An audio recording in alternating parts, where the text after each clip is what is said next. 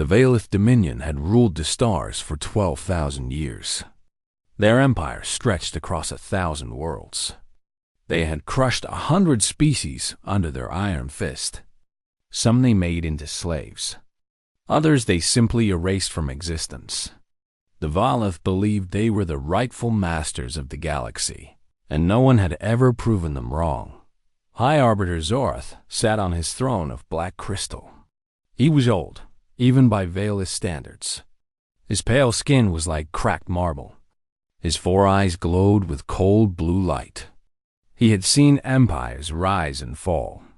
He had ordered the death of billions without losing a moment of sleep. To him, other species were like insects. They existed only to serve or to die. On this day, his advisors brought him news of a small planet on the edge of known space. The planet was called Earth. Its people called themselves humans. They were young. Their civilization was barely 300 years old in space. They had no great fleets. They had no powerful weapons. They were nothing, but they were expanding. Slowly, like a weed, they were spreading across nearby star systems. They built colonies. They traded with other species. They acted as if they had a right to exist. This annoyed Zorath. "Send a diplomatic cruiser," he said in his dry, ancient voice. "Deliver the standard terms. They will surrender. They will give up their weapons. They will become our servants. If they refuse, we will destroy them." His advisors bowed low. No one questioned the High Arbiter. No one ever did. The diplomatic cruiser arrived in Earth's solar system 3 months later. It was a massive ship, larger than anything humans had ever built. It hung in the darkness like a metal moon. Its weapons could crack a planet in half. Its shields could stop a nuclear blast. The Valith captain looked down at the small blue world below and felt nothing but contempt. He broadcast his message on all frequencies. His words were translated into every human language. The message was simple and brutal. "You are the species known as humans. You now belong to the Valith Dominion. You will surrender all your ships. You will destroy all your weapons. You will accept your new masters. You have no choice in this matter. Resistance will result in the complete destruction of your world. You have 1 solar cycle to respond." The captain waited. He expected fear. He expected begging. He expected immediate surrender. That was what always happened. Every species reacted the same way when faced with Valith power. They broke. They submitted. They accepted their fate, but not humans. On Earth, the message arrived at the headquarters of the United Terran Council. The council was made up of representatives from every nation on Earth and every human colony. They were the voice of humanity. They made the big decisions. For 3 days, they discussed the Valith demand. Some wanted to fight. Others wanted to negotiate. A few even suggested surrender. The debates were long and heated. Tempers flared.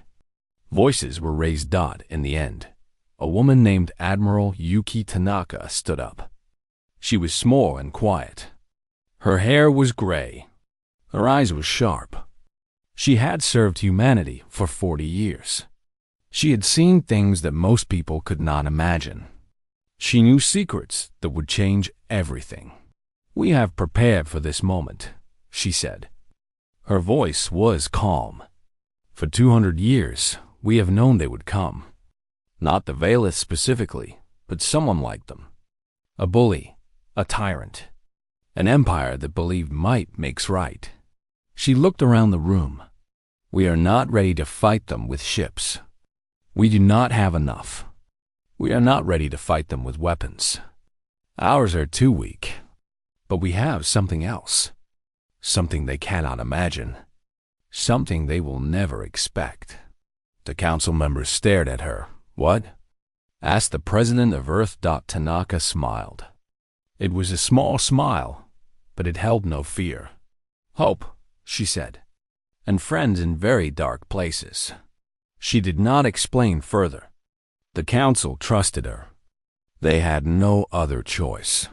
The response was sent to the Valeth cruiser. It contained only 2 words: "Come take it." On his ship, the Valeth captain received the message. He read it once. He read it twice. He read it 17 times. Each time, his translators confirmed the same meaning. The humans were not surrendering. They were not begging. They were not even negotiating. They were challenging the Valeth dominion. The captain had never seen anything like this. In his 300 years of service, no species had ever responded with defiance. It was unthinkable. It was insane. It was almost impressive. He sent the message to High Arbiter Zorath. Zorath received it in his throne room. His advisors waited in terrified silence as he read the 2 words. For a long moment, he did not move. His 4 eyes blinked slowly. Then he began to laugh. It was an ugly sound, like stones grinding together. It echoed through the great hall. His advisors did not know if they should laugh too or run away. "They are brave," Zora said when his laughter faded. "I will give them that. Stupid, but brave. They do not understand what they face. They do not know what is coming." He stood from his throne. His ancient body creaked, but his voice was strong. "Issue the final ultimatum. Give them one more chance to surrender. If they refuse again, we will send the Armada. We will burn their worlds. We will enslave their children. We will erase their name from history. They will learn what happens when insects challenge gods." The final ultimatum was sent. It promised death and destruction on a scale humans had never witnessed. It described in detail what would happen to Earth. It listed the horrors that awaited. It gave humanity one last chance to kneel. Humanity's response was silence. They did not answer. They did not acknowledge. They simply waited. High Arbiter Zorath took this as the greatest insult of all. These pathetic creatures dared to ignore him. They dared to treat the Valeth dominion as if it did not matter. "Assemble the Armada," he commanded. "The largest fleet in our history. I want 12,000 capital ships. I want 4 million support craft. I want enough firepower to destroy 100 worlds. These humans wish to be brave? Let them be brave when they face annihilation." Across Valeth space, the drums of war began to beat. Ships were gathered. Crews were assembled. Weapons were loaded. The greatest military force the galaxy had ever seen prepared for war. And on Earth, Admiral Tanaka watched the stars and smiled. "They are coming," she whispered to the darkness. Just as we knew they would. Somewhere in the cold depths of space, something ancient stirred in response. The Armada took 6 months to assemble. Ships came from every corner of Valeth space. Battle cruisers with weapons that could melt mountains. Carriers filled with thousands of fighter craft. Destroyers built for speed and death. Dreadnoughts so large they had their own gravity. The fleet grew and grew until it filled an entire sector of space. Other species watched in horror. They had seen Valeth war fleets before, but nothing like this. This was not a fleet meant to conquer. This was a fleet meant to erase. The Valeth were sending a message to the entire galaxy. This is what happens when you challenge us. This is what happens when you refuse to kneel. High Commander Vreth was chosen to lead the Armada. He was the finest military mind in the Dominion. He had crushed 12 rebellions. He had conquered 40 worlds. He had never lost a battle in his 400 years of life. His soldiers worshipped him. His enemies feared him. He was death itself, wrapped in armor and given a fleet. Vreth stood on the bridge of his flagship, the Eternal Judgment. It was the largest ship in the Armada, a monster of metal and fire. Its bridge was a cathedral of war, filled with screens and officers and the hum of terrible power. "Report," Vreth commanded. His second officer stepped forward. 12,000 capital ships ready, Commander. 4 million support craft standing by. Total crew count, 7 billion soldiers. All weapons charged. All systems operational. We are ready. Vreth nodded. 7 billion soldiers. More than the entire human population of Earth. This was overkill of the highest order. But High Arbiter Zorath wanted to make a point. The humans would not just be defeated. They would be obliterated. Set course for Sol System, Vreth ordered. Maximum speed. I want to reach Earth within 2 weeks. The Armada moved. It was like watching a galaxy come alive. Thousands upon thousands of ships, stretching across the void in perfect formation. Their engines burned like artificial stars. Their shadows blocked out the light of distant suns. Nothing in the history of space warfare had ever matched this sight. Across the galaxy, species who had suffered under Valeth rule watched the Armada pass. Some felt relief that they were not the target. Others felt pity for the doomed humans. A few felt something else. A small, quiet hope that maybe, just maybe, something would go wrong. Meanwhile, on Earth, Admiral Tanaka prepared. She stood in a place called a Aegis Command. It was buried 3 kilometers beneath the Swiss Alps, hidden from satellites and sensors. The facility was humanity's greatest secret. Not even the Terran Council knew exactly what happened here. They trusted Tanaka, and that was enough. Aegis Command was built around a single object. It looked like a door. A massive door made of material that no human scientist could identify. It was black, but not a normal black. It was a black that seemed to swallow light. A black that made your eyes hurt if you looked at it too long. A black that whispered things you could almost understand. The door had been found on Europa, buried under miles of ice. It was 200 years old when humans found it. No, that was wrong. It was 200 years since humans found it. The door itself was older than the stars. Tanaka walked toward the door.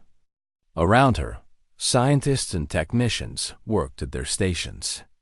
They monitored energy readings and quantum fluctuations and things that had no name in human language. They had spent 2 centuries studying the door, but they still understood only a fraction of its secrets. Status report, Tanaka said. A young scientist named Dr. Chun looked up from his screen. The connection is stable, Admiral. They are aware of the incoming fleet. They are interested. Tanaka allowed herself a small smile. Interested was a good sign. When the beings on the other side of the door were interested, things happened. She had first made contact with them 30 years ago. It had been an accident. A power surge. A malfunction. Suddenly, she was somewhere else. Somewhere outside of normal space. Somewhere dark and vast and filled with shapes that hurt to remember. They called themselves the Architects. They had built this universe. Every star, every planet, every atom.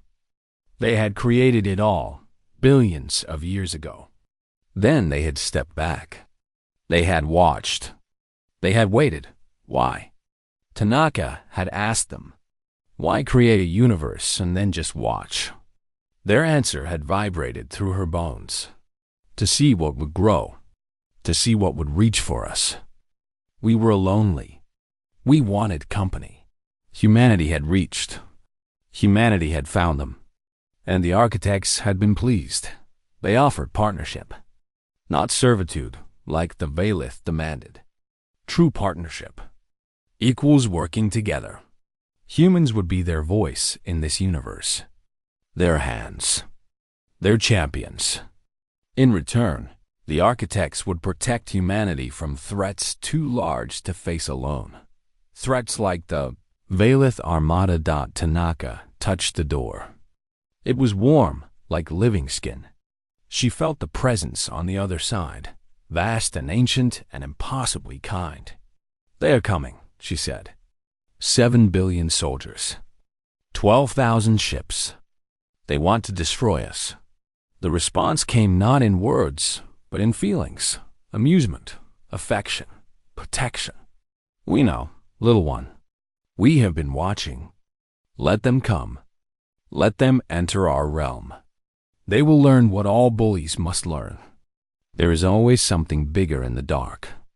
Tanaka nodded. She turned to face her command staff.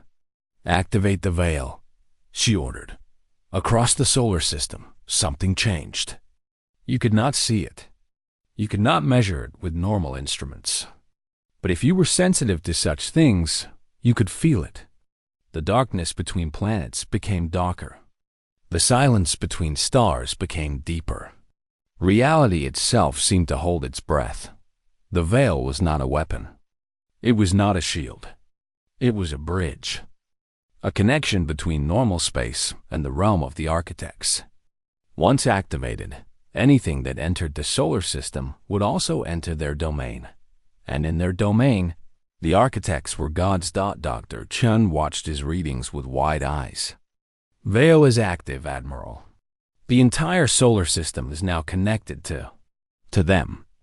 Anything that enters will be subject to their rules. Tanaka sat in her command chair. She looked tired, but her eyes were bright. Now we wait, she said. The Veilith believe they are coming to conquer. They believe they are coming to destroy. They are wrong. They are coming to learn.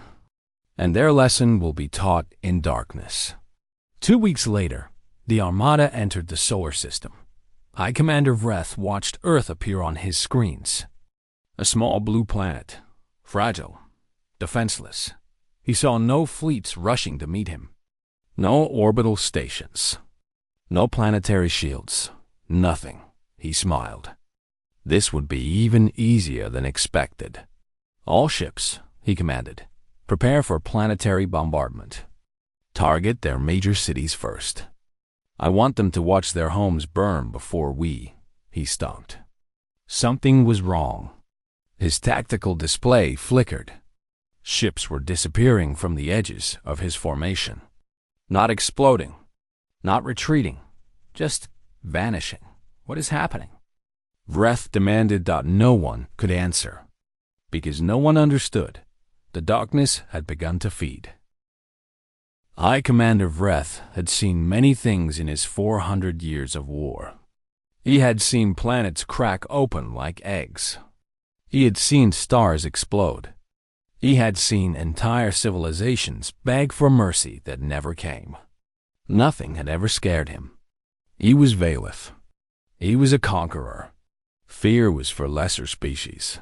But now, standing on the bridge of his flagship, watching his tactical display, he felt something cold crawl up his spine. It was not quite fear. Not yet. But it was close. Ships were vanishing, not exploding, not retreating, vanishing. One moment they were there, solid dots on his screen. The next moment they were gone. No distress signals. No final transmissions. No debris. They simply stopped existing. At first, it was just a few ships on the outer edges of the formation. Vreth thought it might be a sensor malfunction. These things happen sometimes. Space was unpredictable, but then more ships vanished. Dozens, then hundreds, then thousands. Report. Vreth roared. What is happening to my fleet? His officers scrambled at their stations. Their faces were pale. Their hands were shaking. No one had answers. Commander, we cannot explain it, said his sensor officer. The ships are not being destroyed. They are not jumping to hyperspace. They are just gone, as if they were erased. Vreth stared at the main screen. Outside the viewport, space looked normal. Stars twinkled in the distance. Earth hung like a blue jewel against the black. Everything appeared peaceful, calm, ordinary, but he could feel that something was very, very wrong. Send scouts to the last known positions of the missing ships, he ordered. Find out what happened to them. 3 scout ships broke formation and flew toward the outer edges of the fleet. Vreth watched them on his display. They moved quickly, their engines burning bright. Then they vanished to dot, no flash. No warning. They were there, and then they were not. Vreth's blood ran cold. For the first time in centuries, he felt the old fear return. The fear that all species felt when they faced something they could not understand. Something bigger. Something darker. Something hungry. All ships, tighten formation, he commanded. His voice cracked slightly. Move closer to Earth. Increase shields to maximum. Prepare all weapons. The Armada obeyed. 12,000 ships pulled together, forming a dense wall of metal and firepower. If something was attacking them, they would face it together. They would fight back. They would not run. But you cannot fight what you cannot see. The vanishing continued. Ships at the edges of the formation blinked out of existence. Then ships in the middle. Then ships near the front. The rate increased. Thousands per minute. Then tens of thousands. Vreth watched his display in horror. His armada of 12,000 capital ships was shrinking before his eyes. 11,000. 10,000. 8,000. 5,000. And still, there was nothing to shoot. Nothing to target. Nothing to fight. What is this? Vreth screamed into the void. Show yourself. Face me like a warrior. The darkness answered Dot. It did not speak in sound. It spoke directly into the mind. Every soldier and every ship heard it at the same moment. It was a voice older than stars. A voice that had existed before light itself. You were warned, it said. The words cut through Vreth like frozen blades. He grabbed his command chair to stop himself from falling. You were given a chance. The children of Earth sent you a message. They told you to stay away. You did not listen. You came to their home with fire and death in your hearts. You came to destroy, to enslave, to murder. Across the Armada, soldiers dropped to their knees. Some cried. Some screamed. Some simply stood frozen, unable to move. The voice was not just sound. It was truth. It forced you to see yourself clearly, to see what you really were.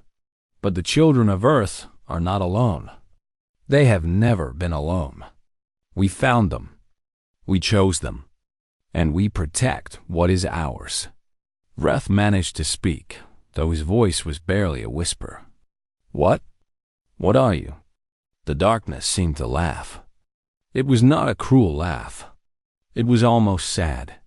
We are the architects. We built this universe. Every star you see. Every planet you have conquered. Every atom in your body. We created it all. We have watched your kind for millennia.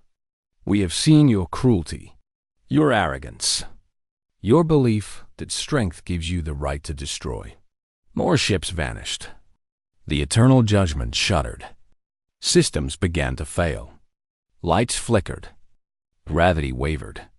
You came here to teach humans a lesson. But you are the ones who will learn. You have entered our realm. The veil surrounds this system. Here, physics obeys our rules. Here, your weapons are toys. Here, your ships are paper. Vreth looked out the viewport. The stars were gone. There was only darkness now. Perfect, absolute darkness. And in that darkness, something moved. It was vast. Bigger than planets. Bigger than anything he had ever seen or imagined. It had no fixed shape. It shifted and flowed like living shadow. But for one moment, one terrible moment, it showed him something he recognized. A face. A human face. Smiling. The architects had taken a form that humanity's champions might find comforting. But for Vreth, it was the face of death itself. The children of Earth asked us to be merciful, the voice continued. They did not want your soldiers to die. They are strange that way. They hate you, but they did not wish you harm. We do not fully understand this, but we honor their request. Vreth felt the ship dissolving around him. Not exploding, dissolving, breaking apart into atoms and then into nothing. Your fleet will not be destroyed. It will be contained. Your soldiers will sleep in a place between places. They will dream of their crimes. They will dream of all the species they killed, all the worlds they burned, all the children they made weep. And they will not wake until the Dominion learns what humanity learned. What? Vreth gasped. What did humanity learn? The face in the darkness smiled wider. That the universe is not a playground for bullies. That power without wisdom is worthless. That in the infinite dark between stars, there are things older and stranger than you can imagine. And some of those things care about the little creatures who reach toward the light. The eternal judgment vanished. High Commander Vreth vanished with it. His last thought was not of glory or revenge. It was simple, childlike wonder. There really are gods. And we made them angry.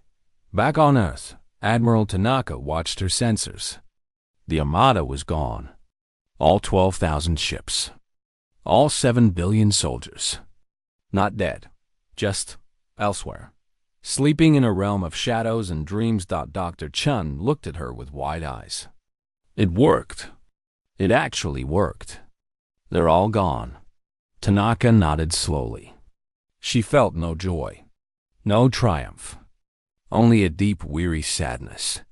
They will send scouts, she said. They will want to know what happened. And eventually, we will have to explain. We will have to show the galaxy what we have become. She touched the wall of AGI's command. Through the metal and stone, she could feel the door pulsing. The architects were pleased. Their children were safe. Contact the Valeth Dominion, she ordered. No demands. No threats. Just let them know that their fleet has been detained and that we are willing to talk whenever they are ready. The message was sent across the galaxy. The Valith waited for their Armada to return. It never would. 6 months passed. The Valith Dominion waited for word from their Armada. None came. High Arbiter Zorath sat on his throne, staring at the empty star maps. 12,000 ships. 7 billion soldiers. The greatest military force in galactic history. Gone. Vanished without a trace. Not a single transmission. Not a single distress call. Nothing. His advisors had stopped trying to explain. They had no explanations to give. They had theories, of course. Wild, desperate theories. Maybe the Armada had encountered a black hole. Maybe their communication systems had failed. Maybe they had found something so valuable that they were keeping radio silence. But deep down, everyone knew the truth. Something terrible had happened. Something they could not understand. Send scout ships, Zorath ordered for the 100th time. I want answers. A fleet of 50 scout ships was assembled. They were fast and small, designed for observation rather than combat. Their crews were volunteers, soldiers willing to risk their lives for the glory of the Dominion. They entered. Sol system at maximum speed. They did not return. Zorath sent more scouts. Then more. Then drone probes with no living crews. Every single one vanished the moment it crossed an invisible line near the outer planets. The probes managed to send a few seconds of data before going silent. The readings made no sense. Space itself seemed wrong near Earth. Reality was bent, twisted, broken. The Valeth scientists studied the data for weeks. They argued and calculated and ran simulations. Finally, the lead scientist came before Zorath with a report. High Arbiter, she said, her voice trembling. We believe the humans have done something to space itself. They have created a barrier of some kind. A zone where our ships cannot exist. We do not understand how. It should not be possible. But the data is clear. Zorath's 4 eyes narrowed. Can we break through? Can we destroy this barrier?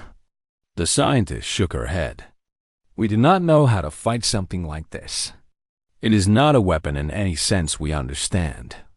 It is more like a different reality, a different set of rules. In that zone, our physics do not apply. For the first time in his long life, Zorath felt the cold touch of fear.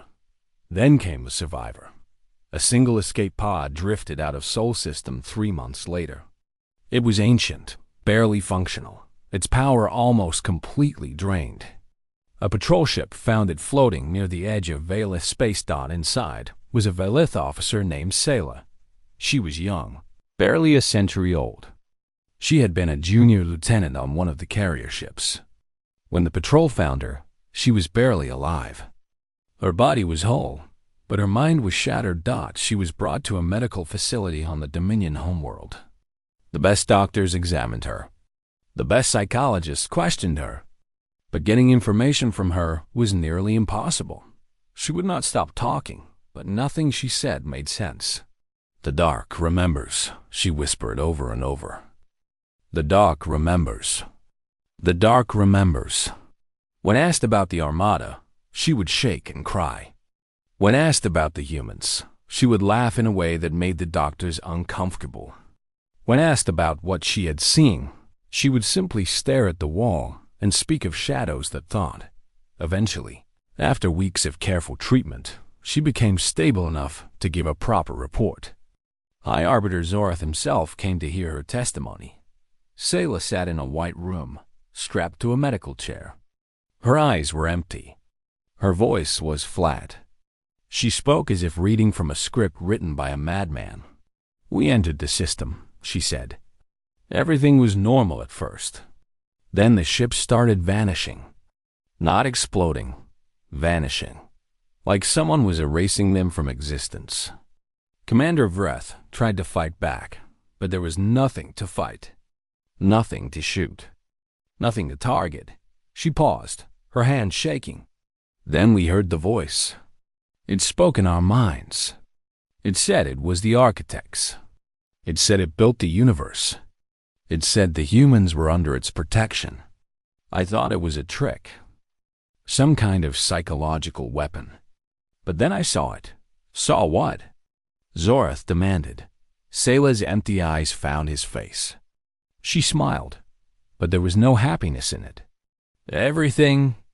I saw everything. I saw the beginning of the universe. I saw stars being born and dying. I saw galaxies spinning like toys.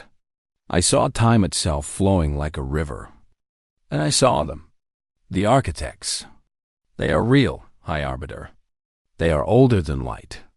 They are bigger than gods. And they love the humans. They truly love them. Zorath leaned forward. Why? Why would beings so powerful care about such a weak species? Sayla laughed. It was a broken sound, because the humans reached for them. For 200 years, the humans knew the architects existed. They found a door to their realm. And instead of running away in fear, instead of trying to use them as weapons, the humans just talked to them. They became friends, partners. The architects were lonely, High Arbiter. They had been alone since the beginning of time. And the humans kept them company. She looked down at her hands. The architects let me go. They put me in an escape pod and sent me back. They wanted me to deliver a message. They wanted me to tell you what I saw. The Armada is not dead. The soldiers are sleeping in a place between places. They are dreaming of their sins. They will wake when we learn to be better. Zorath stood. His ancient face was twisted with rage and fear. This is impossible. This is lies. The humans have created some illusion to trick us. Sayla shook her head slowly. I wish that were true, High Arbiter. I wish I could believe that. But I was there. I saw the shapes in the darkness. I felt the weight of their minds pressing against mine. They are not illusions. They are not tricks. They are real. And they chose humanity. Of all the species in the galaxy, they chose the humans to speak for them. She closed her eyes. We attacked gods, High Arbiter. We sent an armada to fight beings that created the stars. And now they know who we are. They know what we have done. They know every species we have crushed, every world we have burned, every child we have killed. Her voice dropped to a whisper. They are not angry. That is the strangest part. They are disappointed. The humans asked them to be merciful, and they agreed. But they are watching us now. They will always be watching us. And if we do not change, if we do not become better, they will remember. The room was silent for a long moment. Finally, Zorath spoke. His voice had lost its strength. He sounded old, tired, afraid. What do you suggest we do? Selah opened her eyes. For a moment, they held a spark of something that might have been hope. We talk. We apologize. We release the species we have enslaved. We stop conquering. We stop killing. We become what the humans already are, partners, not masters. Zorath stared at her as if she had spoken in an alien language. You ask us to surrender everything we have built. I ask us to survive, Selah replied. The architects are patient. They have existed since the beginning of time. They can wait for us to change. But their patience is not infinite. And if we force them to act again, they will not be merciful. The High Council met that night. They debated for hours. Some wanted to continue fighting. Others wanted to hide. A few, the wisest among them, suggested something radical. Peace. For the first time in 12,000 years. The Violeth Dominion considered a future without war. And somewhere in the darkness between stars, ancient beings watched and waited to see what they would choose. 1 year after the Armada vanished, humanity spoke to the galaxy. The broadcast went out on every frequency. Every species with the technology to receive signals heard it. Every world that had suffered under Valeth rule. Every planet that had watched the Armada depart and wondered what would happen. Every corner of known space fell silent as a human woman appeared on their screens. Admiral Yuki Tanaka stood in a simple room. She wore her military uniform, but her medals and ribbons had been removed. Behind her, through a large viewport, the darkness of space stretched endlessly. And in that darkness, something moved. Vast shapes, impossible to describe, drifted like whales through an ocean of stars. My name is Admiral Yuki Tanaka, she said. I speak for the United Terran Council. I speak for humanity. And today, I speak for our partners. She paused, choosing her words carefully. 1 year ago, the Valeth Dominion sent an armada to destroy our world. 12,000 ships. 7 billion soldiers. They came to punish us for refusing to surrender. They came to burn our cities, enslave our children, and erase our civilization from history. Her voice remained calm, but her eyes were hard. They failed. Not because we are stronger than them. Not because we have better weapons. We failed them because we are not alone. We have never been alone. She stepped aside, and the viewport behind her filled the screen. The shapes in the darkness became clearer. They were not ships. They were not machines. They were something else entirely. Something alive. Something ancient. Something beautiful in a way that hurt to look at. 200 years ago, we found a door, Tanaka continued. It was buried under the ice of Europa, one of the moons of Jupiter. It was older than our sun, older than most stars in this galaxy. We did not know what it was. We did not know where it led, but we opened it anyway, because that is what humans do. We explore. We reach. We refuse to accept limits. The shapes in the viewport pulsed with soft light. Colors that had no names rippled across their surfaces.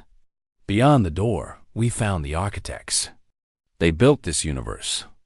Every star, every planet, every atom. They created it all, billions of years before any of us existed. Then they stepped back and watched. They wanted to see what would grow, what would evolve, what would reach for the stars. Tanaka smiled, and for a moment, she looked almost proud. We reached. We found them. And they were happy to meet us. Not because we were powerful, not because we were special, but because we were curious. Because we asked questions instead of making demands. Because we wanted to be friends, not masters. She turned to face the viewport directly. One of the vast shapes drifted closer. It seemed to notice the camera, seemed to look through the screen at every being watching across the galaxy. They call themselves the architects.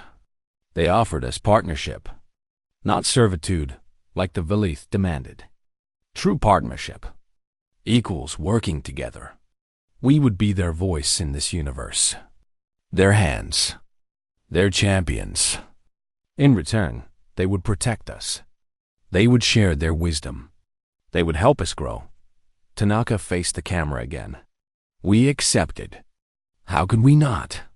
They are the oldest beings in existence. They have seen civilizations rise and fall for billions of years. They have knowledge we cannot imagine. And they chose us. Not because we were the strongest or the smartest, but because we looked into the infinite dark and said, hello. Her expression hardened. The Valeth Armada is not destroyed. The soldiers are alive. They are being held in a place between places, a realm outside normal space. They are dreaming. Some of those dreams are pleasant. Some are not. They will wake when the Dominion learns what we learned.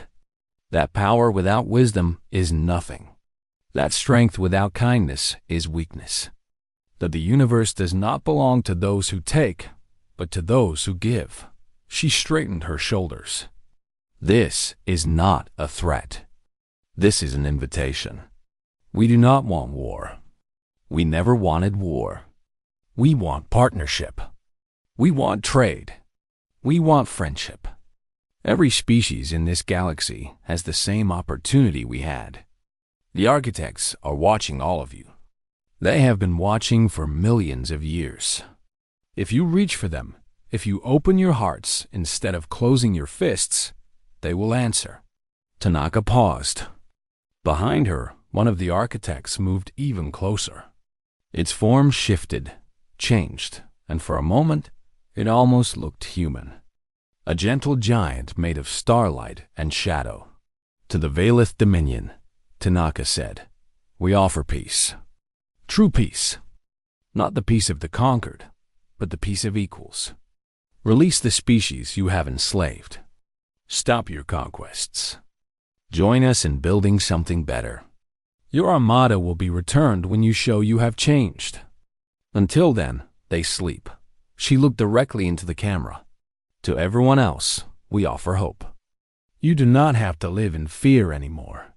The galaxy does not have to be ruled by those with the biggest guns. There is another way, a better way, and humanity is ready to show you the path. The broadcast continued for another hour. Tanaka answered questions. She explained what the architects were, as much as anyone could explain beings that old and strange. She talked about the door on Europa and the 2 centuries humanity had spent learning from their new partners. She spoke of the future they wanted to build, a future without empires, without slaves, without the endless cycle of conquest and destruction that had defined galactic history for thousands of years. When the broadcast ended, silence fell across the stars. Then, slowly, things began to change. The first to respond were the Kalari, a species the Valeth had conquered 8,000 years ago. They sent a message to Earth requesting a meeting. Then came the Vorath and the Sindri and the Pale Ones of the Outer Rim. Species that had been crushed and broken and forgotten reached out to humanity with trembling hope. The Valith Dominion itself was slower to respond. High Arbiter Zorath resisted for months. He called the broadcast lies. He threatened new attacks. He raged against the dying of his power. But his people were tired. 12,000 years of war had exhausted them. The loss of the Armada had shaken their faith. And the testimony of Selah, the survivor who had seen the architects, spread through their society like wildfire. Change came slowly, then quickly. Zorath was removed from power by his own council. A new government was formed. The first slaves were released. The first apologies were sent. 5 years after the Armada vanished, the Valith Dominion petitioned to join the Terran Compact as an equal partner. Their request was accepted. The sleeping soldiers began to wake. They returned home changed, carrying strange dreams and stranger wisdom. The galaxy transformed. The old order of empires and slaves and endless war faded like a bad dream. In its place, something new was born. A community of species, working together, reaching for the stars not as conquerors, but as explorers. And at the center of it all stood humanity, small, young, fragile, but connected to something ancient and vast and wonderful. Admiral Tanaka retired 10 years after the broadcast. She spent her final years on a small island on Earth, watching the ocean and talking to the architects through a small door she kept in her basement. "Do you think we did the right thing?" she asked them once. Their answer came as always, not in words but in feelings. Warmth, pride, love. "You did what we hoped you would do," they said. "You showed the galaxy that the universe is not a battlefield. It is a garden, and gardens need gardeners, not warriors." Tanaka smiled. She was old now. Her hair was white. Her hands trembled. But her eyes still held the same fire they had when she first opened the door on Europa all those years ago. "What happens next?" she asked. The architects laughed. It was a sound like distant thunder, like stars being born. "Next? You keep growing. You keep reaching. You keep asking questions we have never heard before. That is why we chose you. You are never satisfied. You always want more. You always want to know what lies beyond the next horizon." Tanaka nodded. She understood. "And you?" she asked. "What will you do?" The answer was simple. "We will watch. We will help when we can. We will step back when we must. We will love you as we have always loved you. And we will be here, in the dark between stars, whenever you need us." Tanaka closed her eyes. She could feel them out there. Vast, ancient, patient. The builders of everything. And somehow, against all odds, they had become humanity's friends. The universe was stranger than anyone had imagined. But it was also kinder. And that, in the end, was enough.